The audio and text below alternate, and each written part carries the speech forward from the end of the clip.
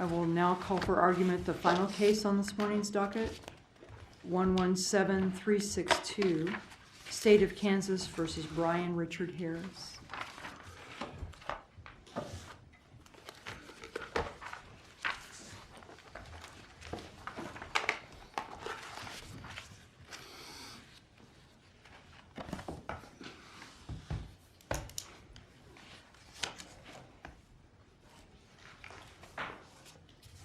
Good morning again. I'm Rick Kittle. I represent the appellant, Mr. Harris, and I'd like to reserve 3 minutes for rebuttal, please. All right, 3 minutes is reserved. In this case, Mr. Harris was found guilty of possession of marijuana, a second offense, at a bench trial. The substantive facts of the case are basically that he was in custody of police. He was being taken into an intake facility there, a jail. And as he was removed from a car, a jacket he had been wearing draped over his shoulders apparently fell off of his shoulders and onto his wrists and hands, which were handcuffed behind his back. He was then in the process of being booked into the jail, and the jacket was removed. It was first placed upon a bench or a chair. At some point later, it got moved to a different location on another piece of furniture. We don't know how, but at some point the jacket was searched, and some objects that were described in the record as smoking sticks were found inside the jacket, which were tested and found to be positive for the presence of marijuana. He raised 4 issues on his direct appeal from conviction. His convictions were affirmed by the Court of Appeals. He petitioned, and the petition for review was granted. So if I may, I'd like to start with issue 1 of what's in the brief and the petition for review, which is concerning whether there was a proper waiver of Mr. Harris' right to a jury trial. There was a question about Mr. Harris's competency early on in this proceeding, and if you look at the record, he went through, I think, 4 attorneys before there was finally an attorney that went with him to trial. There were a couple hearings. One of them was the arraignment, where at the arraignment Mr. Harris professed his desire for a bench trial.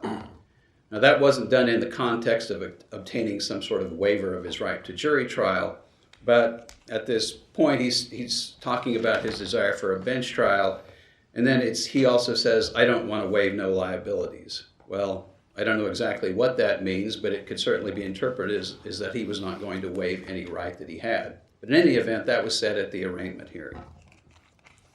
Then later, at the hearing that turns out to be the bench trial, he is being advised of the rights, or advised of the decisions that a criminal defendant makes that are his during the course of a criminal proceeding. Whether you're going to have a bench trial or jury trial, whether you're going to plead guilty, not guilty, whether you're going to testify or not. And again, he professes his desire for a bench trial, and he also says to the court at that point, it ain't going to be mostly about deciding what the law is, law and facts, something the jury don't get to do, as you're well aware of. So again, there's a statement by Mr. Harris professing his desire for a bench trial, but some of the other things he says give an indication that maybe he doesn't understand what the actual difference is. I think the controlling law here requires that there be a rights advisement given to the defendant by the court of his jury trial right, and then you have to obtain a waiver of that right, and that can be in writing or in open court. And my argument is that we simply don't have that in this case. What do you think is required? There is a substantive difference between a jury trial and a bench trial. If a defendant wants a jury trial, that's his constitutional right, and that's what is going to happen. But if he wants a bench trial, it's not a right he has. There is a significant difference between those two things, and he needs to be informed that a jury trial is a right that he enjoys before he can knowingly and voluntarily waive that right to jury trial. Is that the substance of what he needs to know, that simply that he has a right to a jury trial? Yes, but I don't think that was presented to him in that fashion in this case. Because my reading of the record is that at most, and I'm not even sure this really happened, but at most it was just presented to him as a choice. You know, you can either go with option A, the jury trial, or you can go with option B, the bench trial. But it was never presented to him in the context of him having a right to a jury trial. Can the right be implied? I mean, clearly he's the one that gets to choose. No, I don't think so, because the law requires that these matters be construed to give the defendant every opportunity for a fair and impartial jury trial. And if this is just presented to him as a choice, that's not a rights advisement. And he's not given the information he needs to understand that he has a right associated with the jury trial. The bench trial isn't even totally his decision, because it's also dependent upon whether the state is willing to go along with that. So the waiver then, the judge has to tell him, you have the right to a jury trial. Yes, you have a constitutional right to a jury trial. Do you want a jury trial? Yeah, well, yes, that would be the next question, or something like that. Has anybody threatened you or coerced you to give up your right to a jury trial? I think the case law on that, I don't know that it goes into that much detail. Don't even need that. Perhaps not. I think there may be indication in case law that you don't even need that. You just make sure that the defendant knows, is advised that he has a right, a constitutional right to a jury trial. But the defendant, to properly waive that right, it must be shown that he is knowingly and voluntarily waiving that right. And we don't have that in this case either, because of some of the things that Mr. Harris said. At the same time, he was professing his desire for a bench trial. So is that satisfied if he simply says no? You have the right to a jury trial. Do you want a jury trial? No. That's enough? It might be enough, but that's not what happened in this case. Okay. Fair.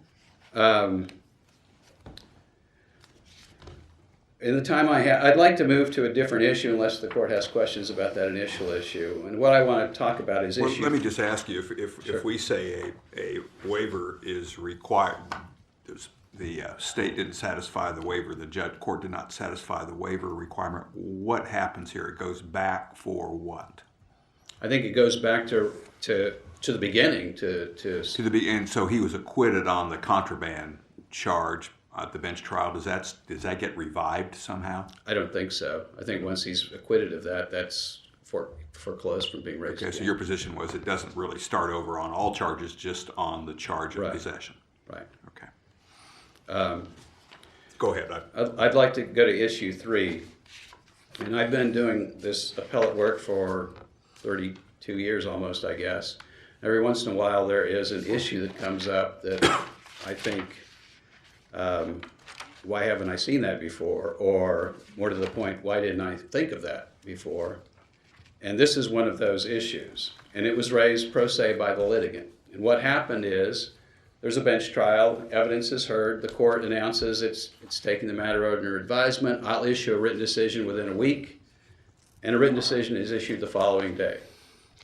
And then Mr. Harris files a pro se pleading after the trial, but before sentencing, in which he alleges that his right to be present at every critical stage of the trial under KSA 223405 has been denied. That statute says a defendant in a felony case, at least in part says, a defendant in a felony case shall be present at the arraignment at every stage of the trial, including the impaneling of the jury and the return of the verdict. And Mr. Harris is saying, I wasn't present at the return of the verdict because I was not present when the court announced the decision at trial. There was never any hearing on that. When was the critical stage? At what point was the critical stage? In this case, you have a written opinion. When was the critical stage? Well, based upon the language of the statute, the return of the verdict. When was that? When the judge signed it? When he filed it? When the defendant received it? When it's made known to him, I suppose. Can this be cured by announcing the verdict at sentencing? That was what was relied upon, I think, by the Court of Appeals. And I would argue no, because there are rights, and I'm not just basing this on a statutory right, I'm also talking about a constitutional right, but there are rights associated with presence at trial. And my argument would be the defendant's presence at sentencing does not substitute for his presence at trial when the verdict is returned. We have some case law, statutory language that leads into case law defining the judgment as being both the announcement of the verdict and the sentence. And so, does that change it? I don't think it changes clear language of 223405 that says he has a right to be present at the return of the verdict. Instead of return of the judgment, that would be the difference, the distinction you would draw. Verdict is different, return Yes. of verdict is different than Yes. announcement of judgment. Yes, and also, well, personally, I think we're becoming much too quick to shrug off the defendant's right to be present at his own trial. We're having to parse too much whether this is a critical stage or whether this is going to contribute to the fairness of the proceeding. I mean, I think an objective observer would say, yes, it's axiomatic. The defendant should be present when he's being tried. Do we even have to ask those constitutional questions when we have a statute that says present at return of verdict? No, I don't think so. I mean, I think that's the primary argument that was made by the litigant himself below. It says return of the verdict. And again, I don't know how many... So the argument would, at least could it potentially be, it doesn't matter if it's a critical stage. It doesn't matter whether my presence enhances the fairness or what have you, whatever the language is. Yeah, The statute was just violated on its face. I completely agree with that. But hedging bets, I want to Sure. talk about those other things as well. You're arguing under both Constitution and Right. statute. And as I started to say, I don't know how many bench trials I must have examined over the years where the court just issues a written decision and nobody says anything about it, but this litigant did. And he's got a statute which he can rely upon to assert his right to be present at the return of the verdict. And that simply didn't happen in this case. And as I said, his presence at sentencing is no substitute and does not in any way abrogate what is stated in 223405. What's the cure here if we accept your position? That's a tough question. I'm not really sure. I would just hate to think that if a fundamental right like this, like presence, or like waiver of a jury trial right, is not observed, when they're both constitutional and statutory in nature, that there is nothing that can be done about it to give some sort of relief to the defendant. So it's just what happens if there's nothing that can be done about it? Well, I mean, I guess I would argue that, because these rights have not been observed, I think they're fundamental rights. There should have, he should be entitled to a proceeding at which his presence, as required by law, where he's there. So in other words, the remedy on this particular issue might just be to send it back for that in-court announcement of the verdict that he didn't get before. Well, I suppose that could happen, but that seems like a weak substitute for win. what is required under the law. A hollow win. If we agree with you on your first issue, we don't reach any of these other issues, right? It just Yes, goes I think that would have to result in reversal of conviction and sending it back for do-overs. Well, if the delivery of the verdict is what your client had a right to be present at, if that right was violated, wouldn't the verdict have to be reversed? Well, certainly that's an argument that I probably hadn't thought of, but it probably could be made. If the verdict was not handled as it should have been under the controlling law, then is the verdict even valid? And then, following that line of logic, would the remedy be to remand, at least for that particular error, assuming it is error, to remand to the point in the proceedings prior to when the error occurred? Well, as I said, I think that is a very hollow remedy given the substantial rights that have been violated. Well, the only in this other case. alternative for you would be to argue structural error, right? Right. And you're not making that No, I argument. haven't made that argument here. My time is finished, and unless there are other questions, again, I would submit. Before you sit down, Mr. Kittle, I do have a question. Do you think that argument's available here? a public trial argument, which would be a structural error, potentially?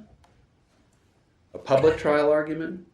If the Oh, well. verdict got signed and no one was present for it, other than the I, judge? I suppose that, I mean, that argument has been made before in the context of, other points in the proceedings when a defendant might not be present, like was discussed yesterday, the question asked by the jury that's delivered to the jury outside the jury room. It's something that's happened outside the presence of the public, so the defendant's right to a public trial is implicated. And so I suppose that could be also a part of this analysis as well. Again, I would submit the balance of the case on the brief for the court's consideration. Thank you. Thank you, Mr. Hill. Ms. Becker?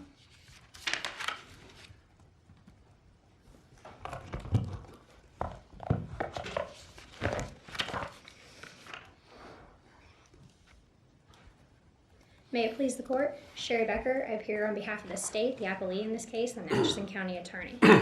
I think it's important to note when we're talking about the waiver of the right to a jury trial that there isn't a checklist that a court has to abide by when it's accepting this waiver. And in fact, there's supposed to be a full consideration of the facts and circumstances when necessary to conclude that the defendant has knowingly and voluntarily waived that right. There was a lot that happened in this case as it was presented to the court. There was not only our case, the felony case, but there was a misdemeanor case that was going on at the same time.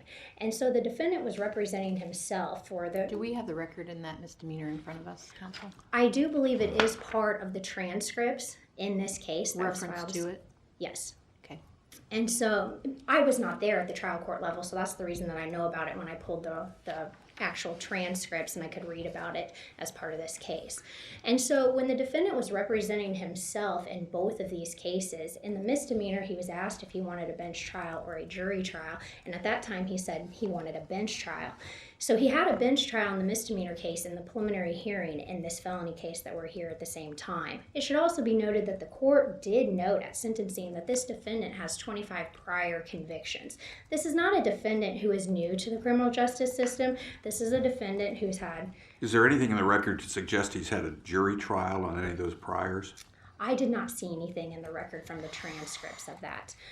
But we can look at the defendant and the arguments that he's made. This was a unique defendant. He did make some odd arguments, but that doesn't mean that he doesn't understand what he's doing. In this particular case, some of the odd statements that he would make to the court was, can the system hit a living man? He would not acknowledge his name as Brian Harris. He kept telling the court that that was not him. We found out later at the bench trial in this particular case that he directed his counsel, Mr. Highland, to inform the court that he would only be acknowledged by his full name of Brian Richard Harris. So that's when we begin to understand why he wouldn't acknowledge his name as just simply Brian Harris. When asked before the preliminary hearing if he wanted counsel, his response was that he was not incompetent and that he wanted to present the facts himself. But then he went on to say that he wanted to invoke his guarantee to counsel. The court at that point engaged him in this discussion and said, sounds like you don't want to waive your right to a counsel. And then the defendant argued with him even more, and he said, I want to present the facts myself. I want to invoke my guarantee to counsel, which I have the ability to present the facts myself.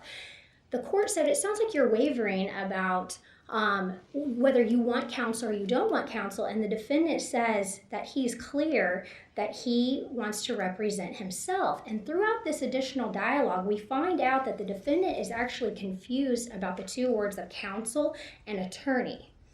And when the court starts discussing this with him, it appears that Mr. Harris thinks that counsel means that someone will be present to advise him and to help him throughout the proceedings, whereas an attorney means someone who will represent him in the case. So these are some examples where this defendant has said things. He seems to understand some legal words, but not necessarily all of the implications. However, he does make some legally sound arguments, though, as these cases proceed. He objects to KBI lab reports for proper authentication. He argues with the court regarding bond and an OR bond. He asks for use of the law library for research in the USC and PIC instructions. He lodges hearsay violations. He argues specific levels of charged offenses, and he even notes Where in the record is there evidence that Mr. Harris understood the distinction between a bench trial and a jury trial.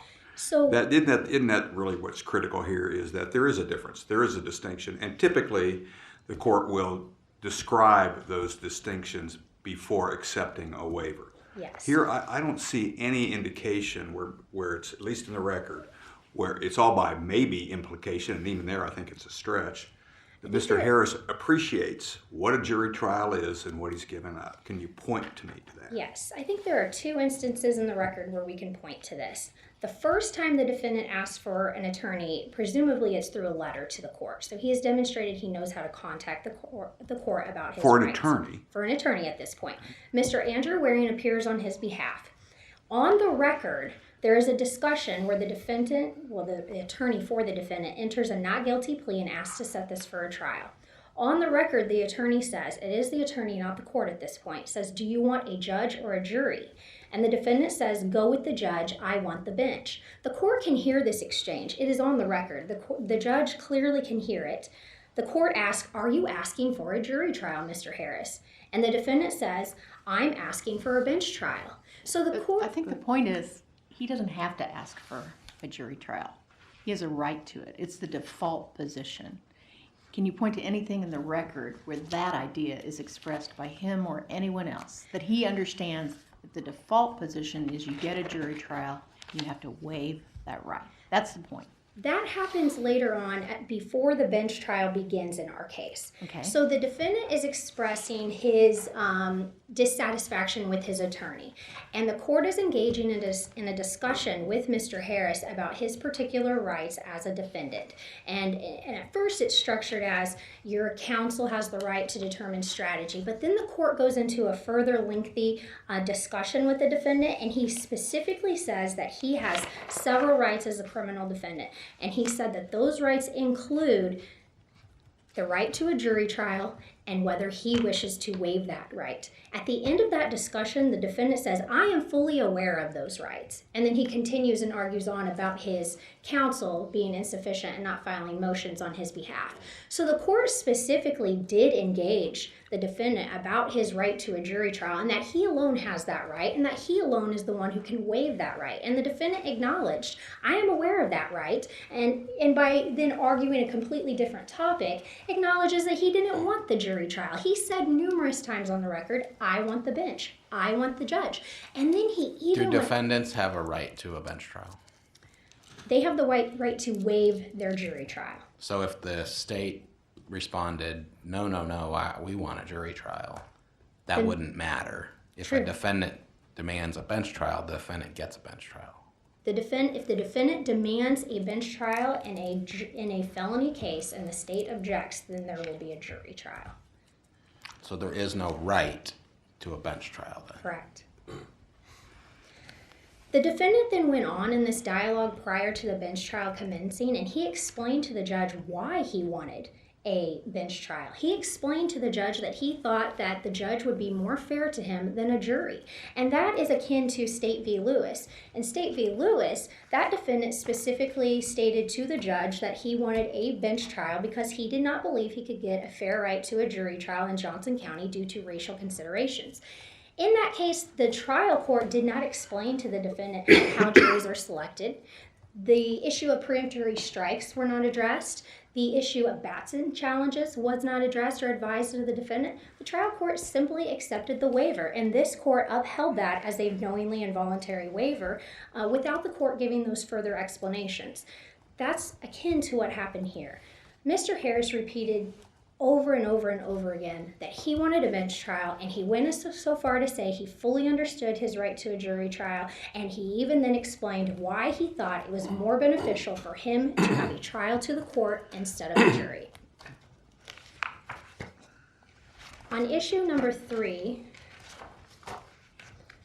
was the defendant present at all critical stages?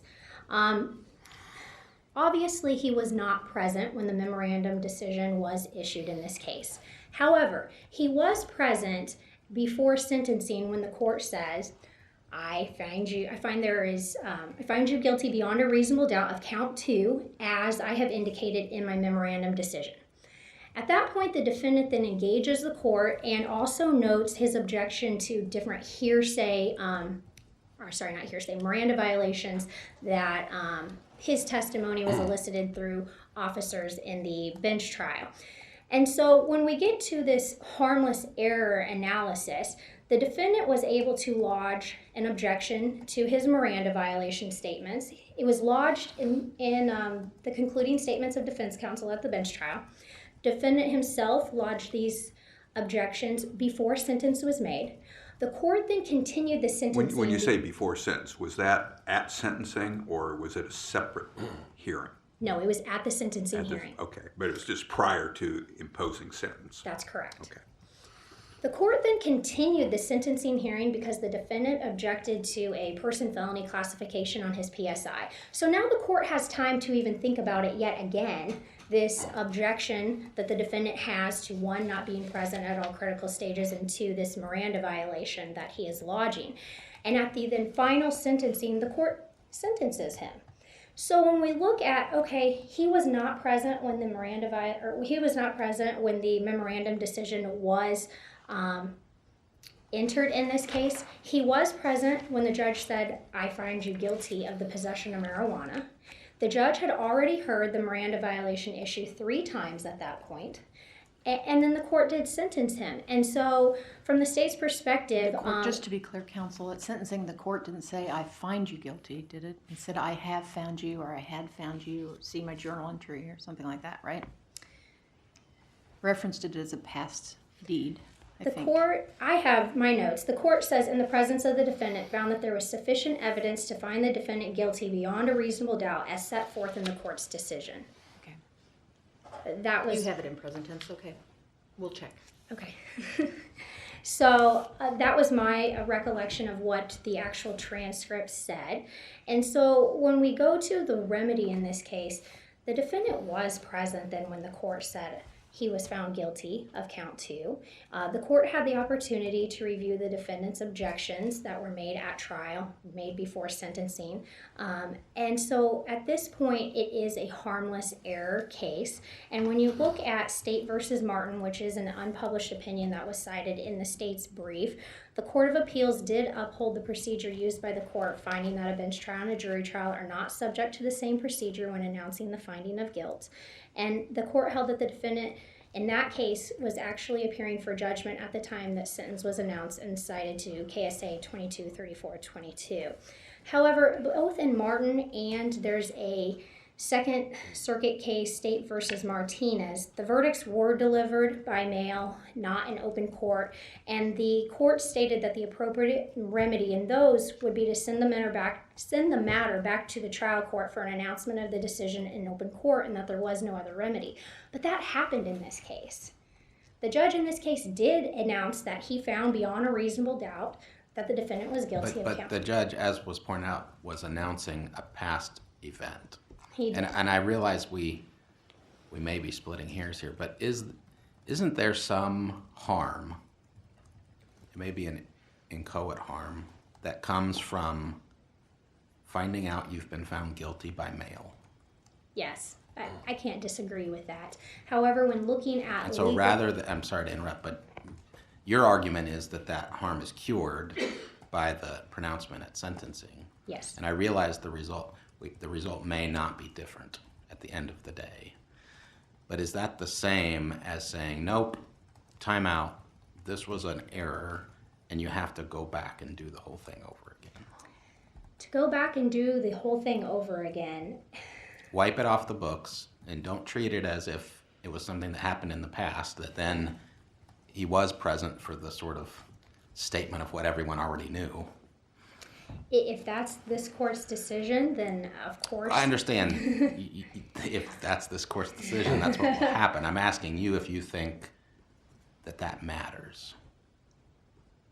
I don't think a defendant should be robbed of any right that he is guaranteed. However, in looking back and looking at the remedy in this case, the entire verdict should not be wiped out. He should not get a chance at another trial as a result of this error. And it is, unfortunately, it is cured by what happened in this case. That is my argument.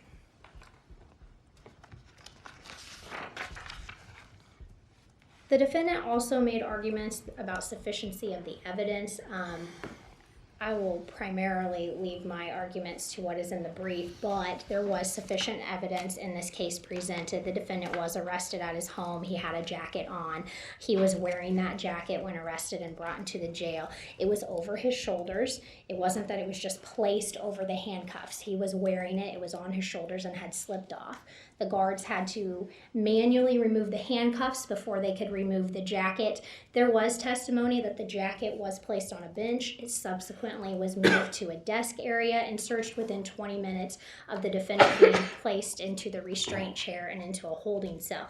And I think that is appropriate in this situation. The jailers had information that the defendant was very unruly. He was attempting to kick out the patrol car window, and the officers had radioed to the jail to have the restraint chair ready. Not just be prepared for this type of behavior, but to actually have the restraint chair there and ready for the defendant when he arrived. And so the focus should have been on the defendant and making sure he didn't hurt himself or other people. So the fact that the jacket was searched approximately 20 minutes after the defendant arrived at the jail, was secured. I believe there was actually a search of his person at that point. He was restrained in the chair and then put in the holding cell. The jacket was then subsequently searched where the marijuana cigarettes were found.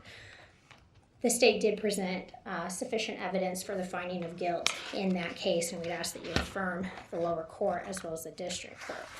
I see that I'm out of time, unless there are any more questions. Thank you, counsel. Thank you.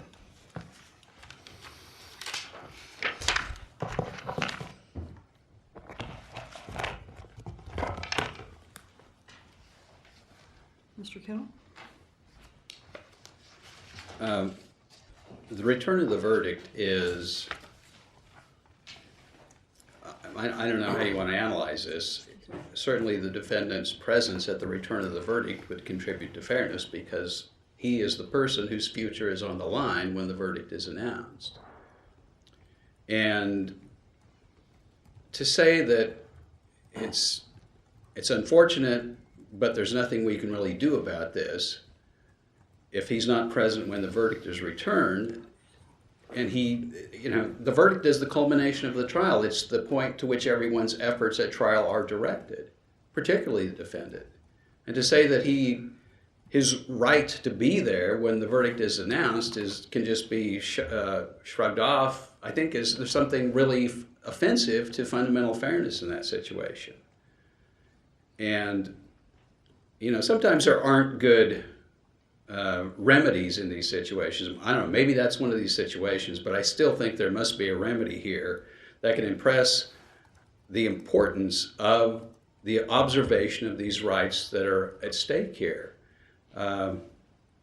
It's the defendant whose future is on the line, and he needs to be present. He needs to know what he's doing when he's waiving his right to a jury trial. And it's a right. It's not just an option. He was never addressed here in the context of getting a waiver of his right about that right to jury trial. That simply didn't happen in this case. And so I guess on that first issue, I'm arguing that his conviction should be reversed on that because that's the remedy that's attached in similar cases where this has happened. On the third issue, honestly, I don't know what the proper remedy would be, but there must be something that can be done to secure the importance of that right that's at issue. So you assert that the judge never did say you have certain delineated rights, including blah, blah, blah, right to jury trial, blah, blah. Well, I'm not disputing what counsel said with what's in the record. I'm just saying that was never said in the context of getting a waiver of his right to jury trial. They were talking about an entirely different issue, about all rights that a defendant had or all decisions that were solely left to a defendant. And, yes, the defendant did say multiple times, I want a bench trial, but, it sounds like counsel's argument on that is that we can show that the defendant knew what he was doing because there are plenty of times when he exhibited confusion about what he was doing. Did the defendant also say, I understand my rights? He did. And so my specific question about that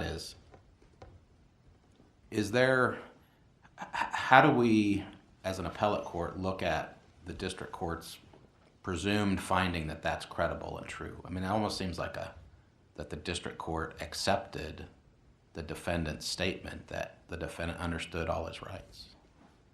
I think that's probably a reasonable interpretation of what happened. But if that's true, then aren't we stuck with that? That the I don't- defendant, that makes the waiver voluntary. I don't think so, because that's not the only piece of the puzzle. There also has to be a proper rights advisement Why? preceding. Why does there have to be a proper rights advisement if, in fact, the defendant understands everything that he's doing? It's fully knowing. I said voluntary earlier. I meant knowing. It's a knowing waiver. Because that's what I think the law requires. You I think they have to Not be done at the same time? You have the right. Do you give up that right? Has to be. Well, I think that's the right best way then. to ensure that the defendant is aware of his rights and is properly waiving that right. I'm not asking if it's but- best, if they're both done, but not at the same time. I think you have to consider the context of the particular case here, where Mr. Harris has exhibited considerable confusion about what the difference between a jury trial and a bench trial is. So it's not enough to say, I know I have a right to a jury trial, I don't want one. Well, that might be. I don't think that's what happened in this case, though. But I'm asking you.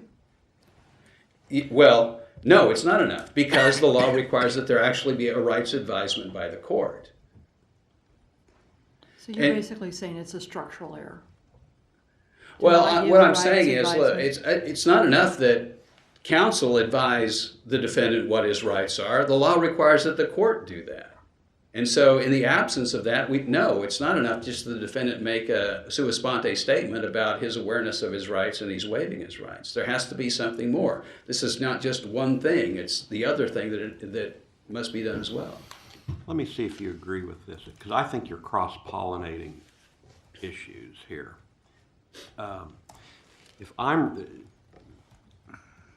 I'm reading the Irving case, which is an older Kansas Supreme Court case about the waiver of the jury trial, I read, and it cites the ABA comments on that. I read that as there has to be a procedure that just ensures that the court is the one advising, and that's your point, can't be the lawyer, it's got to be the court advising that there's a jury trial right and that the defendant waives.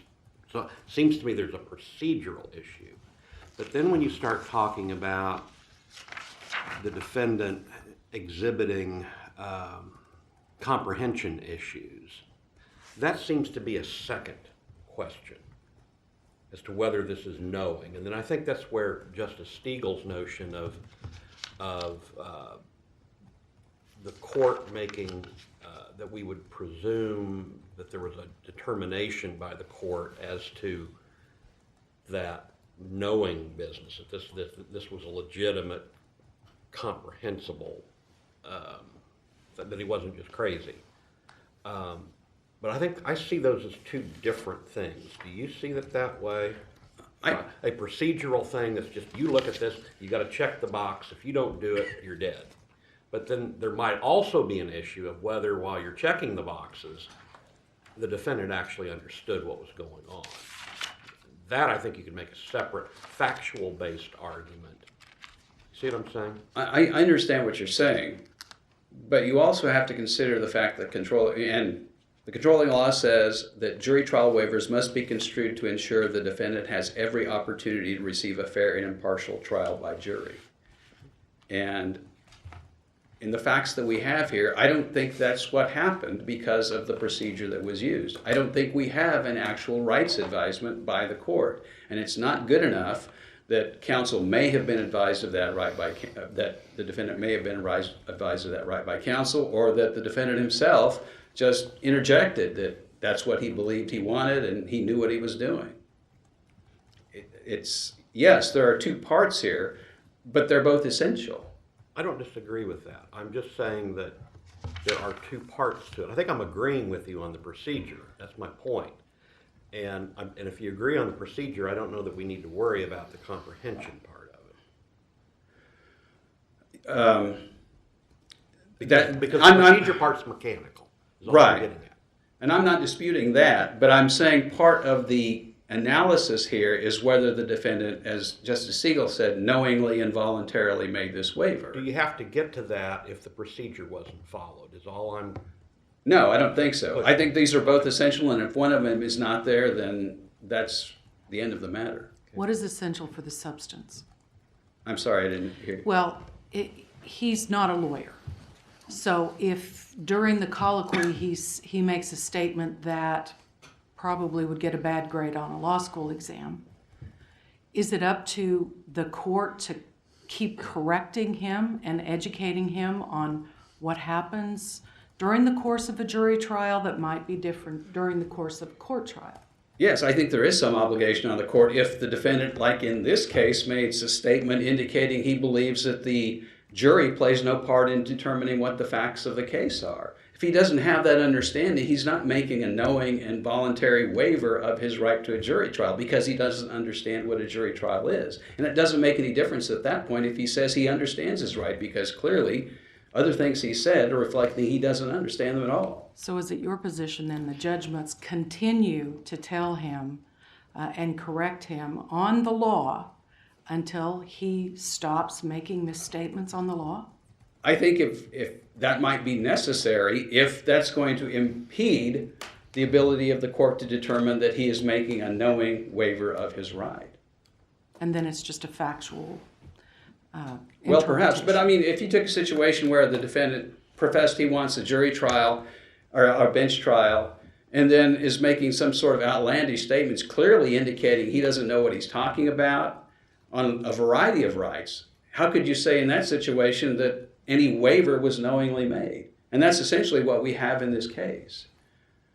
And maybe I don't have a good answer for how far does a district court need to go down this road to ensure that the defendant knows what he's doing, but the law says the waivers must be construed to ensure the defendant has every opportunity for a fair jury trial, because that's what he has the constitutional right for. Don't you think that it is reasonable for a judge to be able to understand, if he's not saying anything, that he's told him enough? If the defendant's not saying anything, I've told you enough. I've told you about your right. Do you want a jury trial? Yes or no? I need a yes or no.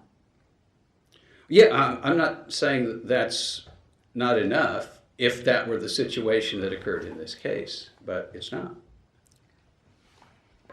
You're way out of time, but this has all triggered some thoughts in my head about, should there be a distinction between what's required for a waiver of a jury trial, what is typically done in a plea colloquy and a bench trial? What's the distinction? Why should there be a distinction? Do you see a distinction?